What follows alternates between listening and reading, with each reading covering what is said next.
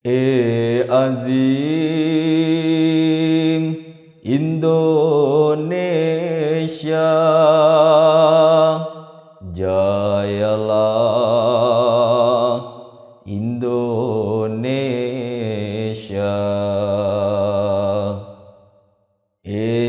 Azim Indonesia, jayalah Indonesia.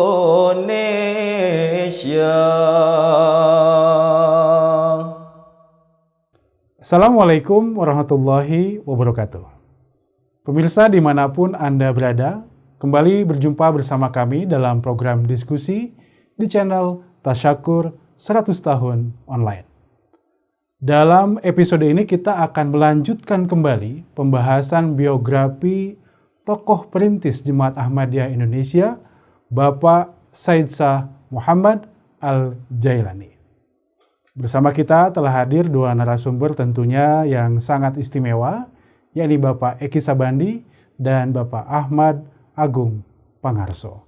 Assalamualaikum Bapak-Bapak. Terima kasih atas kehadirannya. Kita masih akan melanjutkan pembahasan di episode sebelumnya. Kami silakan kepada Bapak Agung untuk melanjutkan ya Pak. Baik, jadi setelah pengangkatan pegawai tinggi, beliau kemudian karena di Kementerian Penerangan menyiarkan tentang perjuangan bangsa Indonesia ini sebagai hak-haknya untuk merdeka dengan bahasa Urdu sehingga dikenal oleh penduduk tanah Hindustan. Menggunakan bahasa Inggris, Mesir pun mengenal mengenai perjuangan bangsa Indonesia ini. Di Bandung, Bapak Muballigh Malik Aziz Khan, Bapak Maulana Abdul Wahid, itu pun beliau menyiarkan di radio RRI di Bandung ini. Nah kemudian ada tugas lagi dari Bung Karno kepada Pak Said adalah untuk membentuk pasukan legiun asing. Saya diceritakan juga oleh Ibu Mertua. Legiun asing itu kan banyak tentara-tentara yang Gurkha pun dipengaruhi kemudian keluar dari Gurkha membela Inggris tapi kemudian membela perjuangan. Juga warga-warga orang Pakistani atau Hindustan saat itu ya berhasil menjadi satu legiun asing. Nah itu tugas lagi dari Bung Karno. Pak Said diberi tugas misi rahasia negara. Wah, ini menarik nih Pak. Misi rahasia nih Pak. Iya. Luar biasa. Misi rahasianya apa? Karena saat perjuangan di Yogyakarta, kemudian juga para pejuang di Jakarta terus masih berjuang, itu perlu dana untuk para pejuang di Jakarta. Bung Karno memerintahkan kepada Pak Said membawa uang harta negara, uang gulden di dalam satu koper, isinya uang golden dan perhiasan emas. Menarik di pikiran kita, begitu percayanya Bung Karno kepada Pak Said. Sebagai orang asing membawa satu koper itu. Dan perjalanannya ini yang menarik sekali. Menyelundupkan bahasanya, kan misi rahasia. Naik kereta dari Jogja ke Jakarta. Naik kereta, koper itu bawa oleh beliau masuk kereta api. Kalau mau berhenti di stasiun, kan kereta pelan-pelan dan pasti ada patroli dari Belanda ini. Beliau sebelum berhenti kereta di stasiun, melompat, keluar dari kereta, dari gerbong. Peti dilempar, beliau keluar, begitu patroli selesai, bergerak lagi kereta, beliau naik lagi. Berapa stasiun Pak, dari Jogja sampai Batavia? Itu masih rahasia. Berhasil. Karena memang tidak terdeteksi oleh Belanda ya, berhasil disampaikan untuk para pejuang di Batavia. Itu misi rahasianya. Pak Eki ingin menambahkan, silakan Pak. Baik. Jadi tentang pembentukan legiun asing itu sebagai suatu simbol yang dimintakan oleh Bung Karno kepada Pak Said ya, itu merefleksikan bagaimana orang-orang asing di Indonesia pun mendukung perjuangan Republik ini. Itu dan dalam satu kesempatan itu mereka melakukan defile, tidak hanya orang-orang India, tapi juga ada keturunan Jepang, ada Korea kan itu, ada juga orang keturunan Cina kan. Mereka lingkungan asing ya, tapi tentunya mereka tetap bertekad untuk mempertahankan kemerdekaan Republik ini. Dan ada defilenya itu. Dalam foto juga ada defile di depan Bung Karno itu. Ya, nanti dimunculkan foto seperti itu. Sebentar Pak Eki. Jadi ketika diperintahkan untuk yang kelompok yang katakanlah Hindustan itu, posisi Pak Said Shah sebagai apa Pak dalam tim itu? Sudah beliau kan sudah pegawai tinggi Departemen Penerangan. Jadi beliau mengkoordinasikan keturunan Hindustan itu. Gitu. Dan juga di samping orang Hindustan, beliau juga pendekatan dari tadi yang non Hindustan tadi. Begitu. Beliau seperti itu. Jadi legion asing itu tidak hanya Hindustan tetapi juga negara bangsa lain yang ada di Jogja pada saat itu. Nah, itu satu. Kedua tentang penyeludupan tanda kutip itu. Itu kan risikonya tinggi ya. Risikonya nyawa. Karena dari stasiun ke stasiun berhenti itu pasukan Belanda melakukan sweeping. Dilihat ini siapa yang mencuri, mana KTP-nya. Untuk apa kamu pergi keluar kota? Ya, kalau kira-kira sekarang ya. Ya begitu. Kemudian kalau seandainya mencurigakan ini pendukung Republik, apalagi berpostur tentara, langsung turun Pak, habis. Gitu. Karena soalnya seperti itu. Ini karena Allah Ta'ala Pak Said mungkin karena wajah asing. Kemudian juga beliau juga tetap melakukan upaya-upaya ya supaya keluar dari gerbong, masuk lagi, dan sampailah itu ke tangan para pejuang-pejuang. Perjuangan memang di Batavia ya, tetapi perjuangan kan ada di daerah, di Jawa Barat khususnya. Kantong-kantong gerilya itu kan namanya perang Pak, kan perlu logistik, ya kan, uang untuk pembelian senjata, untuk makan, kan begitu Pak. Jadi seperti itu yang fakta yang ada, yang beliau lakukan seperti ini. Masya Allah. Sungguh beresiko, namun alhamdulillah terselamatkan dengan sebaik-baiknya. Pak Agung, silakan. Apalagi angle yang menarik dari biografi beliau ini? Ada tugas lain atau peristiwa lain yang tidak kalah menariknya sampai mendapatkan sambutan ucapan terima kasih dari Jenderal Sudirman saat itu. Yaitu ketika ini perjuangan melalui penyiaran dunia internasional menjadi mengetahui, kemudian menjadi isu internasional, PBB membentuk Komisi 3 Negara untuk mengawasi ini. Nah, salah satunya dari ROC, Taiwan lah kalau sekarang, Republic of Taiwan. Namanya Mr. Chiang, itu berkunjung ke Jogja. Kan ini pemerintahan dapat kunjungan tamu negara ya. Maka Mr. Chiang menyampaikan isu yang isinya ya menyudutkan bangsa Indonesia, yaitu sebetulnya isu kerusuhan SARA. Tapi yang dikemukakan oleh Mr. Chiang itu pembunuhan terhadap China gitu, suku atau ya keturunan Cina. Maka karena ini para pejabat tinggi pemerintahan sebagai tuan rumah menghormati tamu, tidak spontanitas mengcounternya. Pak Said di dalam catatan autobiografi beliau, saya melihat gelagat itu, kemudian saya berdiri, kata Pak Said, untuk menyampaikan pidato counter pidatonya Mr. Chiang. Selama 30 menit saya sampaikan bahwa tuduhan-tuduhan itu tidak benar. Akhirnya setelah selesai pidato kontra Mr. Chiang 30 menit itulah Jenderal Sudirman memeluk Pak Said, terima kasih Pak Said. Bung Tomo ada di situ juga, Ki Hajar Dewantoro ada juga di situ, karena Bung Karno dan Bung Hatta kan masih di pengasingan. Itu tanda terima kasih tokoh-tokoh yang kita kenal dalam kurikulum sekolah, kenal dengan Pak Said. Saya terkesima makanya Pak mendengarkan penjelasan Bapak. Itu nama-nama yang tidak asing bagi kami. Masya Allah. Pak Eki ingin menambahkan silakan. Ya, jadi itu konsul negara yang ada di Batavia memang diminta oleh PBB untuk sering menengok Yogyakarta dengan bahasa lain. Ini Republik masih ada nggak sih? Kan pemimpinnya udah diasingkan. ini Republik masih ada nggak sih? Pemerintahan ada nggak ya? Gitu. Nah seperti itu. Nah satu kesempatan dijamu di Istana Negara, banyak pejabat petinggi negara hadir karena ini mewakili PBB. Yang kemudian entah bagaimana ceritanya ini, Mr. Chiang ini kemudian mengkritik terjadi kerusuhan ya, pembunuhan lah katakanlah warga negara keturunan Tionghoa yang terjadi di Tangerang, di Tegal, di Malang kan begitu. Ya, memang Pak Said tidak menceritakan, tapi masalahnya adalah kerusuhan-kerusuhan anti keturunan ini kan memang sudah lama terjadi kan begitu, dan ini terakhir terjadi lagi kan begitu. Jadi dengan kata lain, pemerintah Republik nggak bisa tuh melindungi orang keturunan.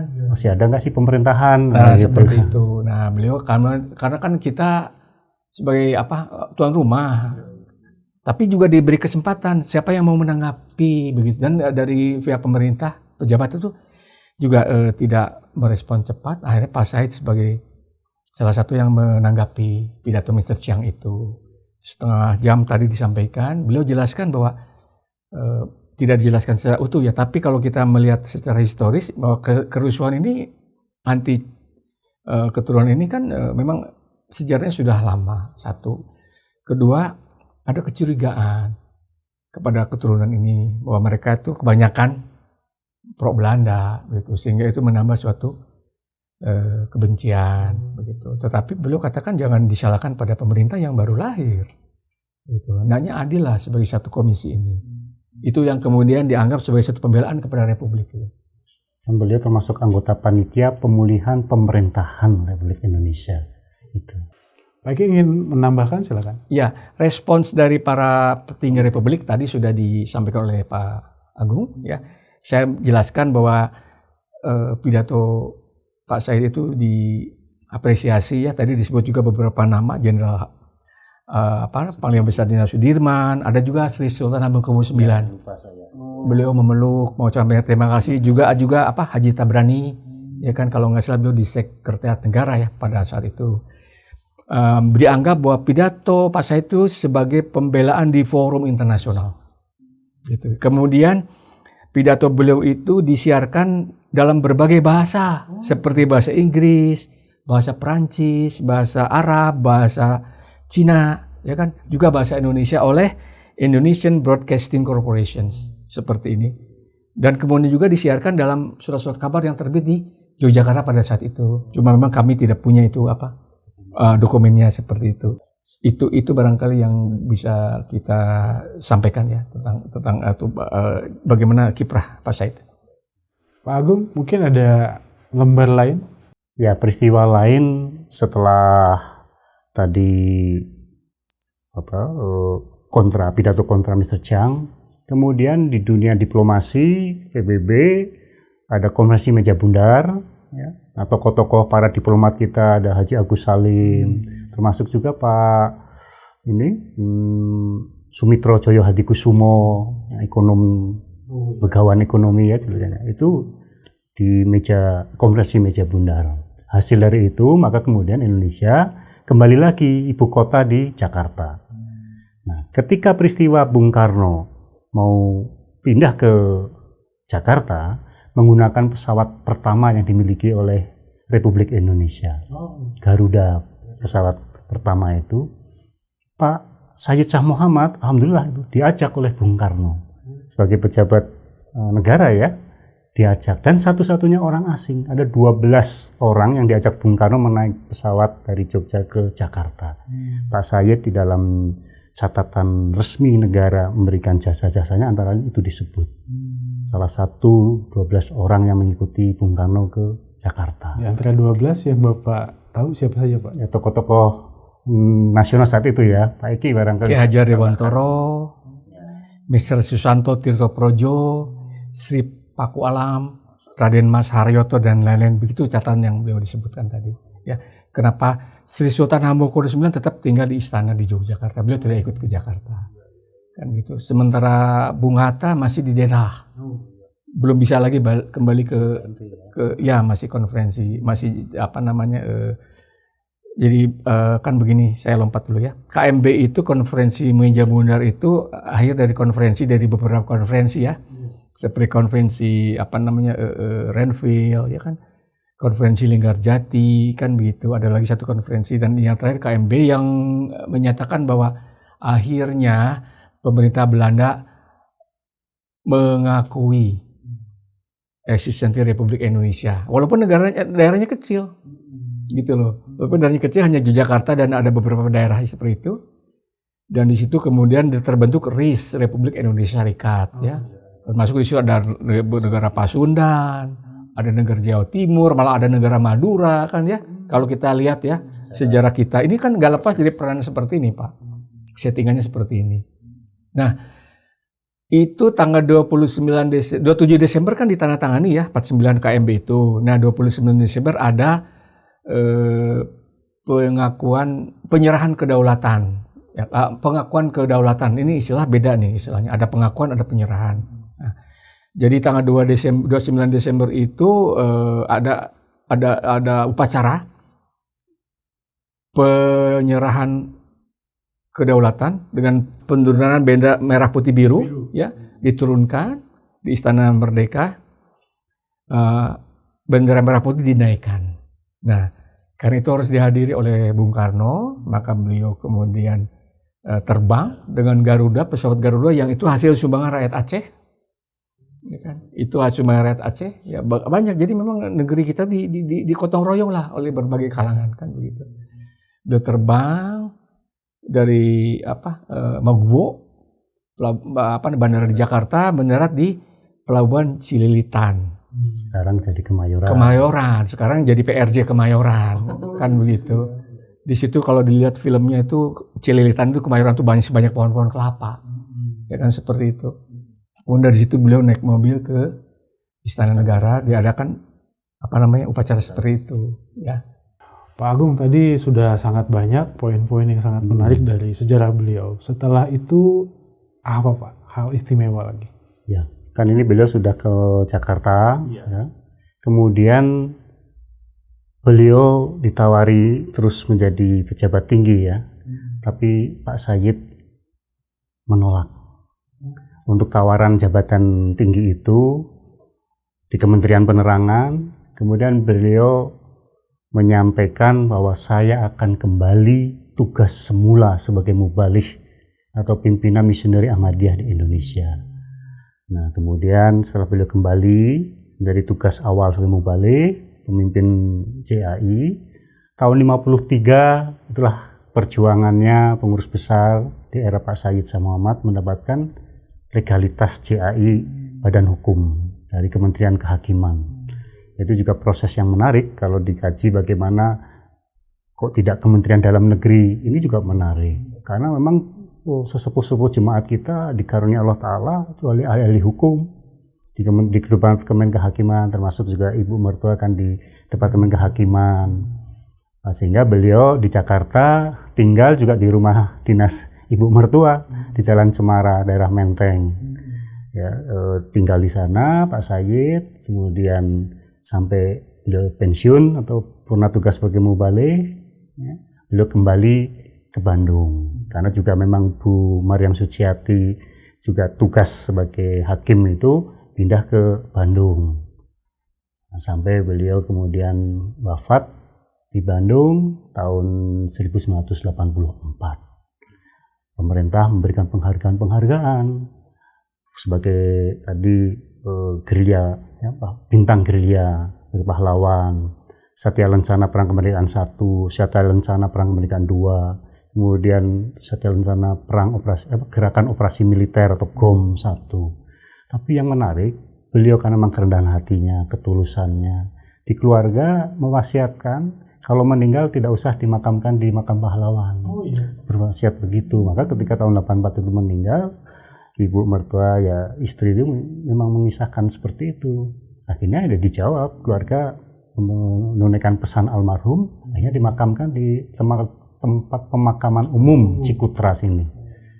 Iya, alhamdulillah itu. Pak Eki, silakan sequel yang bisa ditambahkan.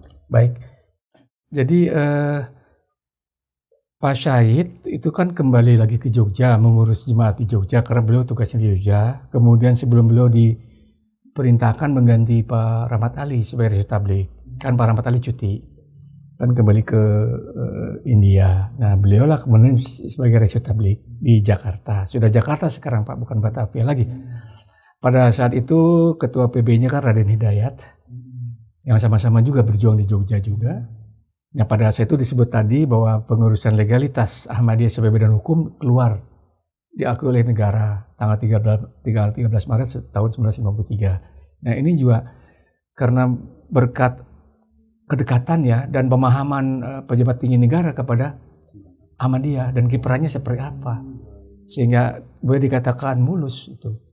Dan seperti itu tahun 1993 sebagai badan hukum. Ya, kalau ditarik sekarang kan diperbaharui lagi sama Dirjen AHU ya, di Kemenkumham itu tahun 2022 dan tahun 2020 tahun 2023 kan begitu. Jadi kita memang secara legal kuat Pak gitu. Itu juga berkat dari kiprah ya para perintis jemaat Ahmadiyah saat itu. Kemudian pekerjaan jemaat di bawah kepemimpinan beliau tahun 50-an, tahun 60-an tetap berjalan kan begitu Pak ya. Dan kalau kita lihat tahun 68 misalkan ada jalsa, ada apa kan banyak menteri itu suka datang Pak, zaman orde dulu itu kan. Pak orde lama, orde baru kan seperti Menteri Penerangan dulu saya lupa namanya siapa tuh. Itu ada fotonya. Nah, itu kan selalu datang beliau itu kan. Abdul Ghani. Ya kan begitu. Itu kan kolega beliau. Dan pertemanan beliau dengan Bung Hatta masih terjaga. Ketika beliau ke istana ketemu Presiden Soekarno juga masih beberapa kali diterima. Peringatan 17 Agustusan masih 17 Agustus 45 bendera negara itu beliau selalu diundang. Di samping tokoh yang lain loh, kita nggak bicaranya Pak Said ya, juga tapi kita fokus kita di Pak Said ya seperti itu. Jadi ini pengakuan negara. Dan kemudian juga yang perlu disampaikan adalah itu Pak Said itu diangkat warga negara Indonesia itu justru pada zaman Orde Baru, pada zaman Pak Harto, ya kan?